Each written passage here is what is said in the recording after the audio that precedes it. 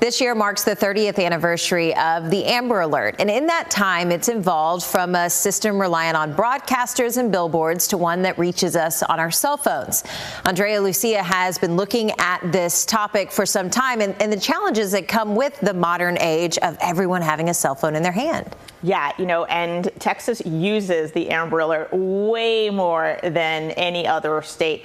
In 2024, we set a high with 54, and I know Texas is big, but so is California. And do you know how many they had? 16 that year. Florida had 9.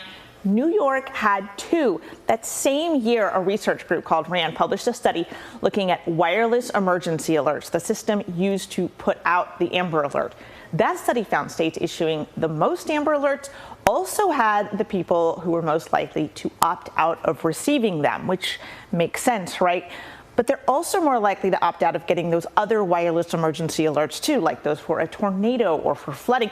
And that has experts and lawmakers really concerned. And it does make you concerned, but everyone does. We get alerts all day, every day. So you're attempting to turn off those notifications. But how many folks do they think are missing out on those really important alerts? Okay, so the study that was done found that here in Texas, 22% of people polled reported opting out of the Amber Alert. 11% reported opting out of imminent threat alerts, like the ones for a tornado. But the impact can be even greater because even if we're not turning them off, we may be tuning them out. I spoke to Alice Claiborne, a mom who happened to be up feeding her baby in the middle of the night when she heard her cell phone going off and ignored it. The first 2 times I just thought it was an Amber Alert. I mean, just like I have 3 kids, they've gone off multiple times, like normal, like they go off often, especially in Texas. Claiborne that night happened to be on the Guadalupe River in the midst of what would become one of our country's deadliest flash flooding events. More than 100 people died.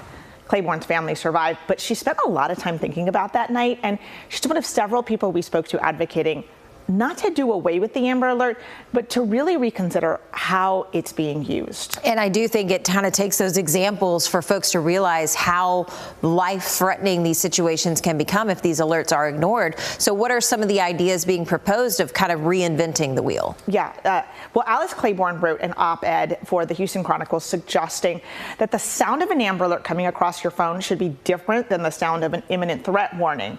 The FCC won't let us play it for you, but it's that really annoying, jarring sound. It's meant to get your attention, but as frequently as we get Amber Alerts, it's just not getting people's attention anymore. Then you have former Tarrant County Sheriff Dee Anderson, who actually helped create the Amber Alert 30 years ago.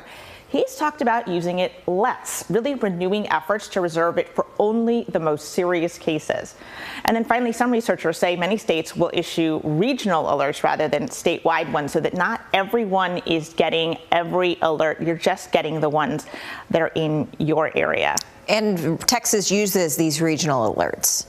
Yeah, we do. We have regional alerts. We actually call them Athena alerts. They're named after 7-year-old Athena Strand from Wise County, who's been back in the news this week because her killer has been being sentenced. This is all part of the Amber Alert system, but it refers more to sort of localized activations.